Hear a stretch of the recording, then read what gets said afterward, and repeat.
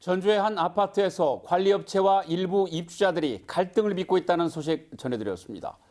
그런데 이젠 양측이 서로 소송까지 제기하는 등 상황은 갈수록 꼬여만 가고 있습니다.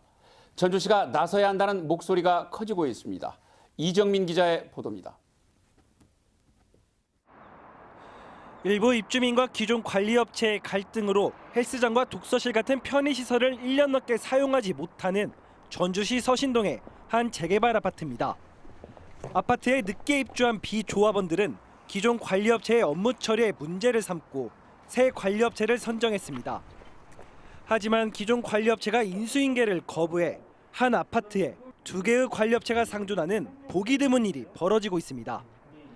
지난달 전주방송의 이 보도 이후 양측의 갈등은 더 커졌습니다. 입찰에서 탈락한 기존 관리업체는 지위보전 가처분 신청과 함께 이찰 무효를 요구하는 민사소송을 냈습니다. 반면 입주자 대표회의는 기존 관리업체 대표 등을 업무방해 혐의로 경찰에 고소했습니다.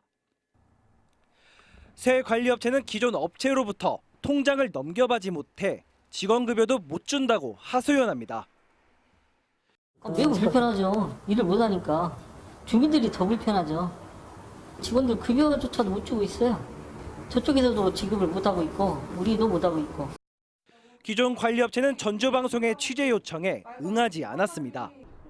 다만 기존 관리업체는 공개경쟁 입찰 평가표가 잘못돼 억울하게 탈락했다는 기존의 입장을 굽히지 않고 있습니다. 이런 가운데 입주민들은 새 아파트의 편의시설을 1년 넘게 사용하지 못하는 불편을 겪고 있습니다. 일부 법률 전문가는 전주시의 잘못이 크다고 지적합니다. 관련법에 따르면 입주자 대표회의가 새로운 관리업체를 선정할 경우 기존 업체가 업무인계를 해야 한다고 명시됐다는 겁니다. 공동주택관리법상 시정명령과 가태료 부과가 가능하고 갈등을 최소화하기 위해서는 지자체에서 적절한 조치를 취해야 합니다. 그러나 전주시는 기존 관리업체가 민사소송을 제기한 만큼 결과를 지켜보겠다고 밝혔습니다. 잘못하면 소송 판결에 영향을 줘버려요.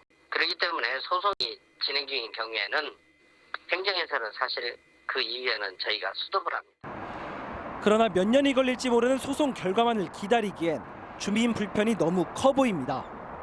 전주시가 보다 적극적으로 중재에 나서 기존 관리업체와 입주자 대표회의 가운데 누구 잘못이 큰지 빨리 정한 뒤 굳게 닫힌 편의시설을 하루빨리 주민들에게 돌려줘야 한다는 목소리가 커지고 있습니다.